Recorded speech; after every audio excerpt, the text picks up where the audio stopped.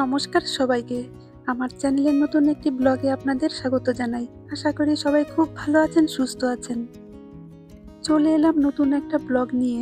সবাইকে শুভকামনা জানিয়ে ব্লগটি এখানেই শুরু করছি। সোমবারের সকাল, ঘড়িতে এখন 9:30 বাজে। সোমবার মানেই নতুন দিনের শুরু, নতুন এনার্জি। তবে আমরা সকালের জলখাবার খেয়ে এখন যাচ্ছি হসপিটালে আই চেক আপ করাতে। এদেশে বছরে যে একবার আই চেক আপ করাতে হয়, সেটাই আজ করতে যাচ্ছি। তো আজকেই পেয়েছি চোখের ডক্টরের এই অ্যাপয়েন্টমেন্ট। সকালের দিকে পাওয়া গেছে এই অ্যাপয়েন্টমেন্ট, ওই 10টার সময়।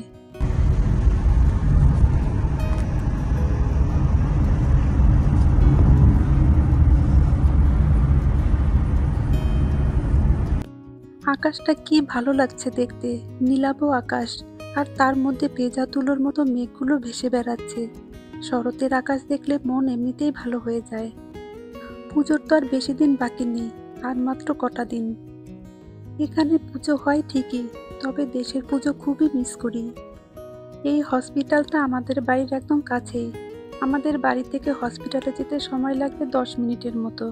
এখন এই 9:40 বাজে, 9:50 পৌঁছে যাব। সোমবার মানেই তো সপ্তাহের নতুন দিনের শুরু, আর আজই সবাইকে ছুটি নিতে হয়েছে। মেয়েরা আজ স্কুলে যায়নি, ওদের দুজনেরই স্কুল অফ হলো। আর সোনার বাবা হাফ বেলার ছুটি নিয়েছে, বাড়িতে গিয়েই একেবারে লগ ইন করবে। আপনাদের সাথে কথা বলতে বলতে প্রায় চলেই এসেছি, আর কিছুক্ষণের মধ্যেই পৌঁছে যাব। সপ্তাহের প্রথম দিন বলে সোনার বাবার অফিস ছিল আর মেয়েদেরও স্কুল ছিল, কিন্তু আজই পেলাম চোখের ডক্টরের এই অ্যাপয়েন্টমেন্ট। প্রায় অনেক দিন পরেই পেলাম এই অ্যাপয়েন্টমেন্ট। গরমের ছুটিতে ডাক্তার দেখাতে পারলে সুবিধা হতো, মেয়েদের আর স্কুল অফ হতো না। হেলথ চেক আপের ডেট সঙ্গে সঙ্গেই পেয়ে গেছিলাম, কিন্তু আই চেক আপের ডেট পেতে পেতে অনেক দেরি হলো। প্রায় 2 মাস পরে পেলাম এই চোখের ডাক্তারের ডেট। এখানে সাধারণত শনি রবিবার কোনো ডাক্তারের দোকান খোলা থাকে না, সোম থেকে শুক্র এর মধ্যেই নিতে হয়। তো আজই ডক্টর অ্যাভেলেবেল ছিল, অন্য দিন আর পাওয়া যায়নি। আপনারা তো জানেনই, এদেশের পড়াশোনা স্কুল ভিত্তিক, আর তিথি তো উঁচু ক্লাসে পড়ে। একদিন স্কুলে না গেলে খুবই অসুবিধা হয়। স্কুলে না গেলে আগের দিন স্কুলে বলে আসতে হয়, না হলে স্কুল থেকে ফোন আসে আজ যে স্কুলে যায়নি, এর জন্য কালকে স্কুলে গিয়ে ডাক্তারের সার্টিফিকেট অফিসে জমা করতে হবে। আর সোনার স্কুলে তো স্বপ্নের মতো পড়াশোনা, কোনো পরীক্ষা নেই, কোনো পাস ফেল নেই, না আছে কোনো কম্পিটিশন। ওর স্কুলে না গেলেও অসুবিধা নেই। এই বয়সে যা যা শেখানো উচিত সবই কিন্তু ওদের শেখানো হয়, তবে পুরোটাই হয় খেলার ছলে।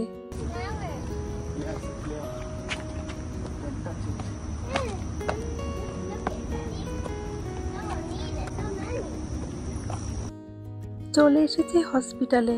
এই হসপিটাল একদম আমাদের বাড়ির কাছেই, প্রায় সময় মতোই পৌঁছে গেছি।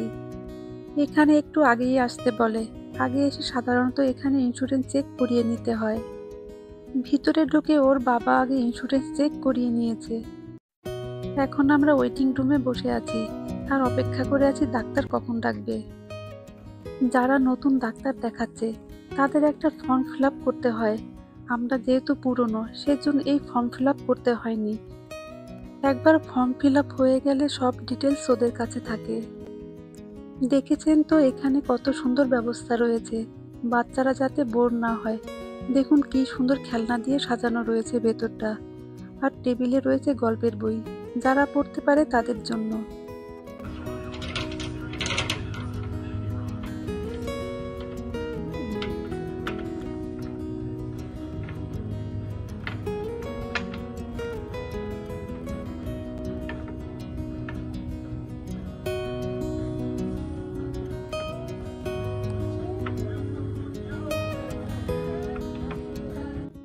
আমাদের সিরিয়াল এসে গেছে, চলুন এবার ভেতরে যাওয়া যাক। ডাক্তারের কাছে যাওয়ার আগে একজন নার্স আই টেস্ট করছে। এই টেস্ট ম্যান্ডেটরি নয়, কিন্তু এই টেস্ট করলে বোঝা যায় যে আই স্ট্রোক হওয়ার সম্ভাবনা আছে কিনা, বা কখনো আই স্ট্রোক হয়েছে কিনা। এই টেস্ট করাতে আমাদের কিছু পে করতে হয়েছে, শুধু ডাক্তারের ফিস বিনামূল্যে। আমাদের এই টেস্টের জন্য এক একজনের $40 করে দিতে হয়েছে, মানে ইন্ডিয়ান কারেন্সিতে এক একজনের খরচ পড়েছে 3500 টাকার মতো। টোটাল খরচ হয়েছে 11,000-এর কাছাকাছি। এই টেস্ট না করালে পুরো ফ্রি চেক আপই হয়। সোনার বাবা বলল এই টেস্ট করে নেওয়া ভালো, টেস্টটা করালে ক্লিয়ার বোঝা যাবে কোনো প্রবলেম হয়েছে কিনা। চোখের এই টেস্ট হয়ে গেলে নার্স এই রিপোর্ট সঙ্গে সঙ্গে ডাক্তারের কাছে দিয়ে দিয়েছে। এখন আমরা ডাক্তারের চেম্বারে রয়েছি। আমার সবার প্রথমেই হয়ে গেছে, তিথির এখন আই চেক আপ চলছে। ডাক্তার প্রথমে জিজ্ঞেস করে অ্যালার্জি আছে কিনা বা কোনো মেডিসিন চলছে কিনা, আর চোখের কি সমস্যা হয়েছে সেটাও জিজ্ঞেস করে। Last time also mentioned it will be watery eyes Yeah. and little bit itchy kind of thing or pain. Okay. From bottom you can still cannot read. এখানে কিন্তু আবার কোনো প্রেসক্রিপশনের সিস্টেম নেই। পার্সোনাল আইডি বলে একটা নাম্বার থাকে, সেখানে সব কিছুই রেকর্ড করা থাকে, সমস্ত ডকুমেন্ট। আপনারা দেখছেন তো এখানে কিভাবে যত্ন সহকারে দেখা হয়। চারিদিকে রয়েছে হাজারটা যন্ত্রপাতি। এখানে বিভিন্ন যন্ত্রপাতির সাহায্যে চোখ পরীক্ষা করা হয়। কিছুক্ষণ পরীক্ষা করে তারপর কি হয়েছে না হয়েছে, পাওয়ার বেড়েছে কিনা ডাক্তার বলে দেয়। এখানে প্রতিটি মানুষেরই চোখের জন্য ইন্স্যুরেন্স নিতে হয়। তো বছরে যে এই একবার আই চেক আপ হয় সেটা একেবারেই বিনামূল্যে, কোনো পে করতে হয় না। যদি কোনো এক্সট্রা পরীক্ষা করতে চান তো তার জন্য এক্সট্রা পে করতে হয়। সারা বছরে যদি একবারও চোখের চেক আপ না করানো হয় সে বছর ইন্স্যুরেন্সের থেকে কোনো টাকা পাওয়া যাবে না, বরং ইন্স্যুরেন্সে যে টাকা দেওয়া হয় সেই টাকাই পুরো জলে গেল। চেক আপ আমার সবার আগেই হয়ে গেছে। আমার একটু পাওয়ার বেড়ে গেছে, ওদের আর পাওয়ার বাড়েনি, যা আছে তাই রয়েছে। সারাক্ষণ এত মোবাইল নিয়ে ব্যস্ত থাকি, এজন্য আমার পাওয়ারটা বেড়েছে। আমার একটা চশমা করাতে কত খরচ পড়বে কে জানে। এখানে একটা চশমা করাতে প্রচুর খরচ পড়ে যায়। চশমা করতে অনেক পড়ে গেলেও করতে হবে, দেশে কবে যাব তার তো কোনো ঠিক নেই। ব্যাস, আমাদের আই চেক আপ কমপ্লিট হয়ে গেছে। বছরে যে আই চেক আপ করাতে হয় সেটার ঝামেলা মিটে গেল। নেক্সট ইয়ার আবার, যদি মাঝে কোনো অসুবিধা না হয়। চলুন এবার ধীরে সুস্থে বাড়ির দিকে যাওয়া যাক। ওর বাবা একটু তাড়াহুড়োই করছে, কেননা গিয়ে অফিসের কাজ করতে হবে।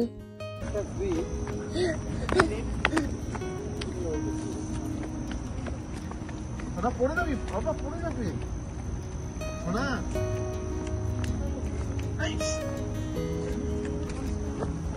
আমার তো পাওয়ার বেড়েছে, এজন্য চশমা করতে দিয়ে এলাম।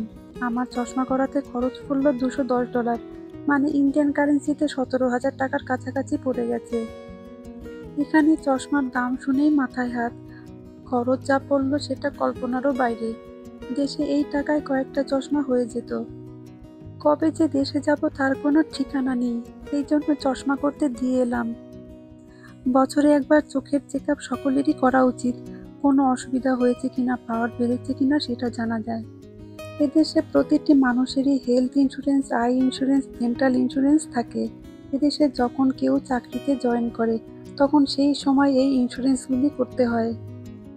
ইন্স্যুরেন্স করা থাকলে বছরে একবার ফ্রি চেক আপ হয়ে যায়, কোনো পে করতে হয় না। আর যদি কারো ইন্স্যুরেন্স না থাকে তাহলে তাকে প্রচুর টাকা পে করতে হয়। এজন্য এদেশের প্রতিটি মানুষেরই ইন্স্যুরেন্স রয়েছে। এখানে একটা চশমা করাতেও প্রচুর খরচ পড়ে যায়। দোকানে একটা ফ্রেম দেখলাম, ফ্রেমের দামই শুধু $1,000 উপরে। সত্যি বলতে কি এদেশ থেকে আমাদের দেশেই অনেক ভালো।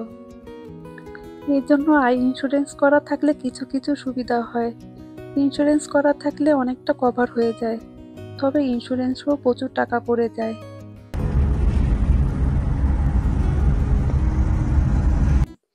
যাই হোক, ভিডিওটা তাহলে এখানেই শেষ করছি। আমার এই ভিডিওটা ভালো লেগে থাকে তাহলে লাইক, শেয়ার, কমেন্ট করার জন্য অনুরোধ করে রাখলাম। সবাই ভালো থাকবেন, সুস্থ থাকবেন। আবার দেখা হবে অন্য একটি ভিডিওতে। আর আমার চ্যানেলটা যদি ভালো লেগে থাকে তাহলে প্লিজ একটা সাবস্ক্রাইব করে নেবেন। সবাই ভালো থাকবেন, সুস্থ থাকবেন, সাবধানে থাকবেন।